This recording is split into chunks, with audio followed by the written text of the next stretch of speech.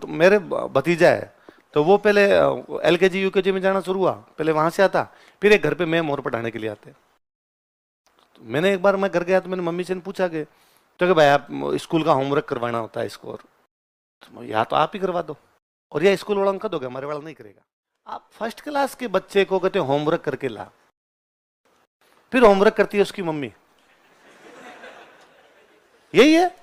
अब school system ने ये मिटा दिया। नहीं, मैं कई बार ना, मेरे को आजकल तो छोटे छोटे बच्चों पे दया आने लग गई कि 12th करके आया स्कूल में, फिर उसका आप तो तैयारी कर ले। क्या सीखा उसने? कुछ ही नहीं आता उसको। पहले किताबें पढ़ के आया था, किताबों में झोंका हुआ था उसको, हमने वापस किताबों में झोंक दिया। वास्तव में स्कूल कॉलेज ऐसे ही होने चाहिए जिनके अंदर ओवरऑल पर्सनालिटी डेवलपमेंट हो। अब स्कूल कॉलेज भी 12वीं तक की जो स्कूल भी है अपने, उनमें पूरा जोर इस पर है कि परसेंटेज कितने आ जाएंगे। 5वीं तक मेरे को एक बार लगता है फर्स्ट सेकंड क्लास के अंदर तो बच्चों की बुक भी नहीं होनी चाहिए। जा आजा, कुछ भी नहीं। आप फर्स्ट क्लास के बच्चे को कहते होमवर्क करके ला, फिर होमवर्क करती है उसकी मम्मी। यही है। आप सारे प्राइवेट स्कूलों में यही है, होमवर्क करवाते हैं घर वाले सारे दिन। वो तो मेरे भतीजा है, तो वो पहले LKG UKG में जाना शुरू हुआ, पहले वहां से आता, फिर एक घर पे मैम और पढ़ाने के लिए आते। तो मैंने एक बार मैं घर गया तो मैंने मम्मी से पूछा कि तो कि भाई आप स्कूल का होमवर्क करवाना होता है इसको, और तो या तो आप ही करवा दो और या स्कूल वाला उनका दोगे, हमारे वाला नहीं करेगा। नहीं करेगा होमवर्क। भाई क्या स्कूल में पीटते हैं टाबरों को? आपको लगता है भाई बच्चे को पीटेंगे जाग कर तो नहीं करेगा, पास तो वैसे ही कर देंगे और हो जाएगा, कोई फिर पीछे रह जाएगा। मरे नहीं रहे। इस उम्र में बच्चा के लिए स्कूल जाना सीखता है, वो लोगों का व्यवहार देख देख के सीखता है, ना कि किताबें। ये उठना बैठना, किसको कैसे बोलना है, कब चलना है, क्या पूछना है, ये सीखेगा। ये सीखने दो, क्यों करना है इसको? फिर मैम को तो हटवाया, और अभी शायद घर के पास में कोई एकेडमी है तो क्रिकेट खेल के आता है। तो मैं अभी एक दिन बीच में गया था तो मैंने उससे पूछा, 5-1 साल का हो, मैंने उससे पूछा क्या करता है, बैटिंग करता है कि बॉलिंग करता है? उसने कल बैटिंग करता हूँ।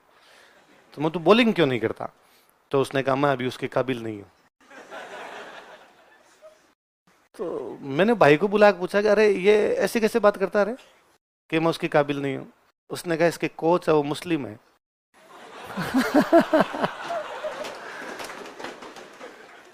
इसका मतलब छोटा बच्चा कितना जल्दी पकड़ता है।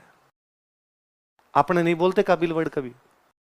आपको मैं पूछ लूं ना कि भाई आप अपने कहें सर मैं इसके योग्य नहीं हूं सर, यही है सर, मेरे से नहीं होगा सर ये काम, है ना, मैं इसके लायक नहीं हूं सर। काबिल तो अपने दिमाग में नहीं आता। काबिल तो फिल्मों के नाम ही देखे। वो 5 साल का है। छोटा बच्चा बहुत जल्दी सीखता है, देख के, सुन के, किसी के गतिविधियों को नोटिस करके। तो ये ही होना चाहिए।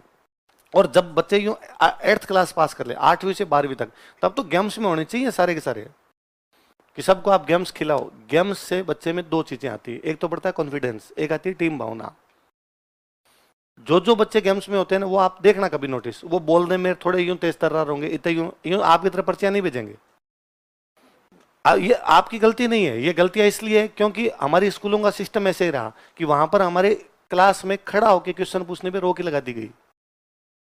वहां हमसे खड़े होकर हमने कभी क्वेश्चन पूछे नहीं, 10वीं तक नहीं पूछे, तो वो अभी तक ही मन में वैसे किसी शंका बैठी हुई, तो अब भी नहीं पूछे जाते, नहीं पूछे जाते, नहीं खड़े हो पाते अपने। वो शुरुआत से यदि उस प्रकार की व्यवस्था रहे तो ठीक रहे। और ये ग्रेजुएशन वाली उम्र में तो ये 11th-12th से बेसिकली, या तो 9th से ही मत कहता हूँ, डिबेट करवानी, ऐसे राइटिंग कॉम्पिटिशन करवाने। मेरे याद आता है हम छोटे थे तब और कुछ नहीं तो श्रुति लेख पक्के हुआ करते थे हमारे, लिख के लाना। एक कोई देते और लिख के बुक ही देते, इस बुक के शुरुआत वाले पन्ने लिख के लेना, अब चेक करो खुद के सही लिखे कि नहीं लिखे। बैठे बैठे चेक करते, और नहीं तो धीरे धीरे पता चलता है ये बिंदी यहाँ लगा दी, इधर लगानी थी, ये कर दी। अब आपके साथ दिक्कत ये भी तो रखी है ना, नहीं लग रही, बिंदियां लगी नहीं रही, इधर लगाएं, छोटा अक्षर कहाँ जाएगा, बड़ा अक्षर कहाँ जाएगा, कारणों की। तो वनस्थली वाकई इस मामले में बेहतरीन है। मैं तो एक दिन एक बच्ची, आपने इसे कॉमर्स कर रखी है, एक दिन एक लड़के ने मुझे कहा मैं संस्कृत ऑनर्स में ग्रेजुएशन हूँ। तो मैं किसी बैच में पढ़ा रहा था, तो बच्चों ने कहा सर संस्कृत सुनो इनसे संस्कृत। तो मैंने कहा आपको संस्कृत आती है बोलने को ना? सर हाँ आती। तो हमें सुना दो कुछ। तो सर क्या सुनाऊं, मैं कुछ श्लोक सुना दूं आपको? तो हाँ श्लोक सुना दो। तो पहले उसने जूते उतारे, तो अब उसने जूते उतारने शुरू किए, तो हमें जूते तो कोई गेम्स में थोड़ी खेलना है भाई, कोई छलांग थोड़ी लगानी इधर। तो संस्कृत बोलूंगी सर, देवताओं की भाषा है, ये भी तो हम सीखते ही है ना। तब मैंने नोटिस करना शुरू किया कि हाँ यार, मैं खूब बार, कई बार कोई स्टेज पे भी होता हूँ और खूब बार लोग ला के देते हैं कि सर आपको कुछ ना कुछ मोमेंटो दिया जा रहा है, उस मोमेंटो में भगवान जी के चित्र होते हैं और हम जूते पहन के ले लेते हैं। अब मैं ध्यान रखता हूं कि ना कोई मोमेंटो ला के देता, मैं उसको पूछता हूं कोई भगवान जी की फोटो तो नहीं है सर, तो दे दे। कई बार सीधा ही होता है, मोमेंटो बना हुआ है, कोई फूल वूल बना हुआ है तो दे दे, नहीं है तो अपने जूते उतार देते हैं। उस बच्चे ने सिखाया मुझे, यार भाषा बोलने से, वो सर मंत्र बोलूंगी मैं, देवताओं की स्तुतियां हैं, आप पूजा करने जाते हो तो यूं जाते हो क्या? नहीं जाते, स्कूल से ही सीखेंगे, वरना कैसे सीखेंगे? अपने स्कूलों में ऐसा नहीं था तो उसको देख के सीखे, उसके स्कूल वनस्थली में ऐसा था तो वो वहीं से सीख के आई। तो स्कूलिंग सही होना बेहद आवश्यक है, पर भारत में इस तरफ लोगों का ध्यान ही नहीं है। भारत में पेरेंट्स भी ये चाहते हैं इसके परसेंटेज खूब सारे आ जाए, स्कूल वाले भी ये चाहते हैं कि हमारे खूब सारे बच्चों के परसेंटेज आ जाए और वो आगे चले जाए, और परसेंटेज वाला रोल रप्पा ऐसा किया आजकल की सबके 90 है, भेद ही खत्म कर दिया। पहले यूं पता चलता था ये इंटेलिजेंट है, ये इंटेलिजेंट नहीं है, अब सारे 97 लेके बैठे हैं। हिंदी में 100 में से 100 नंबर है, पैराग्राफ दिया हुआ है, पद्य पद्य आते हैं, वो कोई पद्य आता है, फिर उसमें है कि कवि इसमें क्या कहना चाहता है, तो कवि इसमें क्या कहना चाहता है केवल कवि बता सकता है और कोई नहीं बता सकता। कोई बात मेरी है तो मैं ही समझा सकता हूं, आप उसके आसपास जा सकते हो, पूरा कभी भी बता नहीं सकते। और बच्चे के 5 में से 5 नंबर है, तो बच्चा जयशंकर प्रसाद खुद ही बन गया।